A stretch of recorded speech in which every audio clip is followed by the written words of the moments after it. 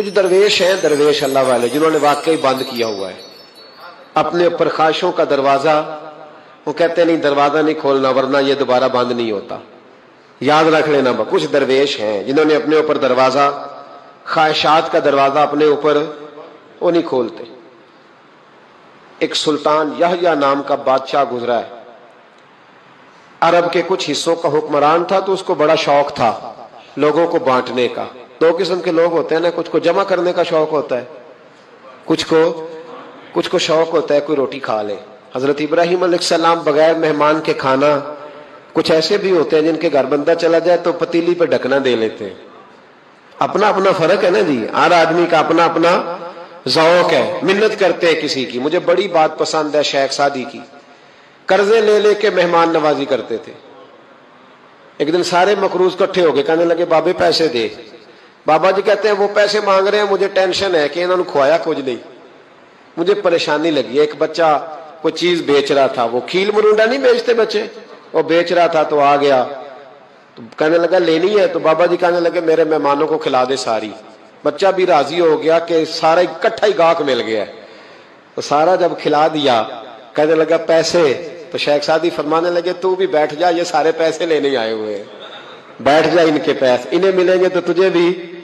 تو بچہ رو پڑا، رویا، کہنے لگا میں تو یتیم ہوں، 4 بہنیں چھوڑ کے آیا ہوں، اماں کی دوائی بھی لے کے جانی، مجھے تو پیسے چاہیے. بچہ رویا تو شیخ سعدی کا ایک مرید آیا، اس نے لا کے نظر پیش کی، کہ حضور یہ نذرانہ ہے. 400 دینار لایا. تو حضرت سعدی نے سب کو دیے، بچے کو بھی دیے.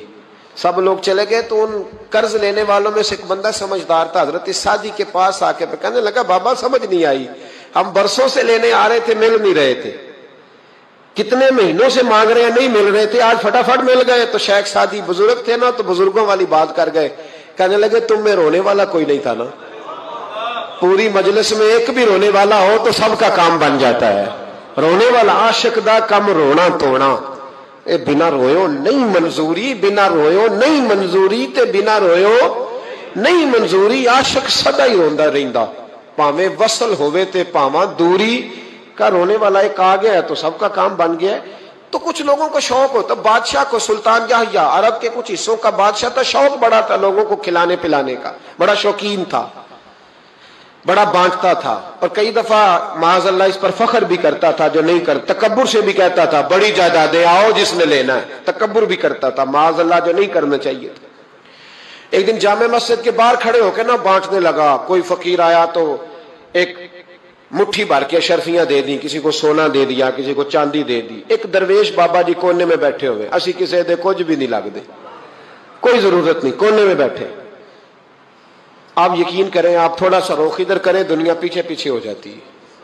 اگر آپ پیچھے بھاگیں گے تو آگے دوڑ کے بھاگیں گے. یہ مزاج ہے قوم کا، کسی کا حال پوچھ لیں وہ بگڑ جاتا ہے، کہتا ہے مجھ سے کوئی کام ہوگا تبھی تو پوچھا ہے. اور آپ چپ کر جائیں، خاموش ہو جائیں، یہ بھی بڑی مصیبت ہے. کہ پیار کر لیں تو اس کا بھی نقصان دیکھنے میں آتا ہے. کہتے ہیں پتہ نہیں میرے اندر کیا لالچ ہے، کیا خوبی ہے جس وجہ سے مجھ سے اتنی محبت ہو رہی ہے. وہ بابا جی کونے میں توجہ ہی نہیں کی. جب توجہ نہ کی تو سلطان کی توجہ خود بخود ہو گئی. سلطان یحییٰ کہنے لگے بابا کوئی قابل توجہ آدمی ہے، سب لوگ لائنوں میں لگے ہوئے بھاگ رہے ہیں، بادشاہ آیا ہے. یہاں تو شادی پہ کھانا کھل جائے تو بڑے بڑے امیروں کا پتہ چل جاتا ہے کہ بننے کیا لگا ہے. کہتے پتہ نہیں دوبارہ چھوٹے گوشت کی ٹرے آئے گی کہ نہیں آئے گی. اور اتنا سارا رکھ لیتے ہیں کہ المان والحفیظ، بڑے بڑے امیروں کے پول کھل جاتے ہیں، پتہ چلتا ہے کتنے تگڑے امیر ہیں. تو جب اس نے کہا شرفیاں، سونے، ہیرے، جواہرات، تو جو نہیں تھے فقیر وہ بھی لائنوں میں لگ گئے. لیکن وہ فقیر پھٹے پرانے کپڑے، سانو تخت ہزارے دی لوڑ کیے، نالے کی لگے شہر بمبول دے نال، اسی اپنی بال کے سیکنے، سانو کی لگے کسی اور دے نال. اور اقبال نے اس کی تشریح کی. اقبال کہنے لگے ہوا گو تند و تیز ہے لیکن چراغ اپنا جلا رہا ہے. ہوا گو تند و تیز ہے، تیز ہوا میں چراغ نہیں جلتے. ہوا گو تند و تیز ہے لیکن چراغ اپنا جلا رہا ہے. وہ مرد درویش حق نے جس کو عطا کیے ہیں انداز خوش روانہ، فرماتے ہیں جسے اللہ نے بے نیازی دے دی، لالچ سے دور کر لیا، وہ کسی کی پرواہ، وہ اپنا چراغ جلاتا ہے. اپنی مٹی پہ چلنے کا سلیقہ سیکھو.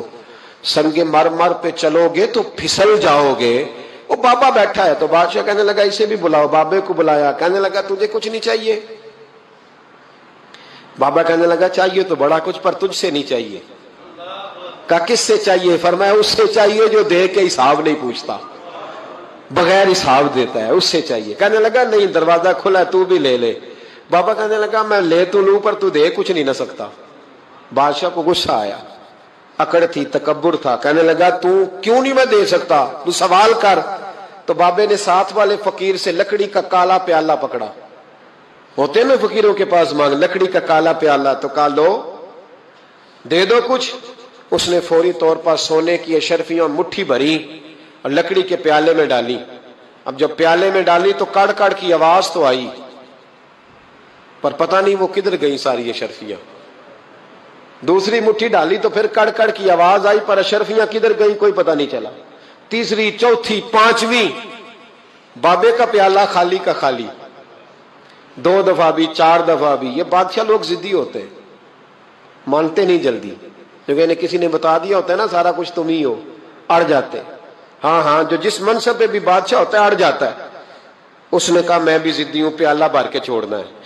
ایک بوری منگا لی, دوسری منگا لی, تیسری منگا لیا. بابا خوش ہے, مطمئن ہے, چلو ڈالو, تم نے کہا تھا ملیں گی. اب وہ مٹھی ڈالتا, کبھی اشرفیاں, کبھی ہیرے, کبھی چاندی, پر پتہ نہیں کدھر جاتی. بالآخر آہستہ آہستہ بیک ہونے لگ گیا. وزیر کہنے لگا بادشاہ پیچھے سے بوریاں ختم ہو گئی ہیں, اب نئی منگانے لگیں گی, پیچھے کوئی چیز بھی نہیں, ختم ہو گیا سارا کچھ. انسان کسی کو کیا دے سکتا ہے؟ کیا ہاں وہ انسان بڑا نوازتے ہیں جن کے پاس خزانے بھی اللہ کے دیے ہوئے ہوتے ہیں, وہ نوازتے ہیں لوگوں, وہ نوازتے. کہا تو کیا دے سکتا ہے؟ بادشاہ جب تنگ آ گیا نا بادشاہ, تو گھوڑے سے نیچے اتر آیا اور بابے کے پیروں میں بیٹھ کے کہنے لگا بابا یہ پیالہ ہے کس بلا کا نام, نیچے کون سا کنواں ہے کہ جو کنواں جو نیچے گراتا ہی جاتا ہے اور جو بھرتا ہی نہیں ہے. تو اب بادشاہ کا ہاتھ رکا تو بابے نے پیالہ چھوڑ دیا اور بڑا قیمتی لفظ کہا. بابا کہنے لگا بادشاہ یہ انسانی خواہشات کا پیالہ ہے, یہ انسان کی خواہشوں کا پیالہ ہے, یہ لالچ کا پیالہ ہے, یہ کبھی بھر سکتا. انسان کبھی کہتا ہے یا اللہ اپنا مکان دے دے بڑا راضی ہوں, اسے اپنا مل جاتا ہے, پھر کہتا ہے نہیں سوسائٹی میں ہونا چاہیے. پھر سوسائٹی میں اللہ دیتا ہے تو کہتا ہے 5 مرلے کا چھوٹا ہے. اس کے نفس کا پیالہ کبھی بھرتا.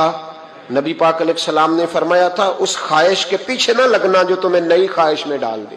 کوئی نہیں سمجھ آئی بات کیا, بڑی بات کر دی حضور نے ایک جملے. مسند امام احمد بن حنبل میں حدیث ہے, فرمایا اس خواہش کے پیچھے نہ لگنا جو تمہیں ایک نئی خواہش میں ڈال دے, اس کے پیچھے نہ لگنا. اور فرمایا اس خواہش کے پیچھے نہ لگنا جو تمہیں بے جا خواہشوں کے پیچھے لگا دے. لوگوں کے للے تللے, پریشانیاں, آزمائشیں, لالچ, ہوس, وہ پریشانی وہ اتنی اوڑھ لی ہے لوگوں نے کہ دلوں سے تقوی, روحانیت, عبادت, درد, ذوق, شوق ختم ہو گیا. دنیا ہی دنیا بچی ہے, دولت ہی دولت بچی ہے, باقی ہر چیز کو نفس کا سانپ ڈس گیا. محدث ابن جوزی رحمۃ اللہ علیہ فرماتے ہیں میرے شہر کا ایک مالدار شخص تھا تو ایک بڑی ناگن خرید کے لایا. ناگن سونے کا انڈا دیتی تھی ناگن, پر انڈا سونے کا انڈا دیتی تھی. اس کے بال بچوں نے بھی, ایک ہی بیٹا تھا, بیوی تھی, انہوں نے کہا ابا یہ ناگن ہے, اس کا کام دسنا ہے, تو خیال کر. کیا کہا تھا حضرت سلطان بہو نے, کھارے کھو کدی مٹھے نہیں تھیندے, پاویں سہ منا گڑ پائیے تے سپاں دے پت کدی میتھ نہیں تیندے, پاویں چولیاں دودھ پیائیے. اس کی فطرت میں ڈسنا ہے. تو یہ ڈسے گی, بات ختم ہو گئی. کہا نہیں, سونے کا انڈا دیتی ہے. رکھ لیا گھر میں. بکری رکھی ہوئی تھی, پالتو بکری. بکری کو ناگن نے ڈس لیا, بکری تڑپ کے مر گئی. بیوی اور بیٹا کہنے لگے خیال کر, بکری کو ڈس لیا نا اس نے کہا بکری کتنے کی؟ کہا 6 دینار کی. سونے کا انڈا کتنے کا؟ کہا 50,000 دینار کا. تو کہنے لگا چھوڑو, انڈا تو مل رہا ہے نا, اگرچہ ناگن ہے انڈا تو آ رہا ہے نا. کچھ دنوں کے بعد گھر میں گھوڑا رکھا تھا, گھوڑے کو ڈس لیا, تڑپ کے مرا گھوڑا. اس کو پھر سمجھایا بیوی اور بیٹے نے کہ بس کر دے, یہ ناگن ہے, یہ ڈسے گی. اس نے کہا گھوڑا کتنے کا؟ کہا 20 دینار کا. تو انڈا کتنے کا؟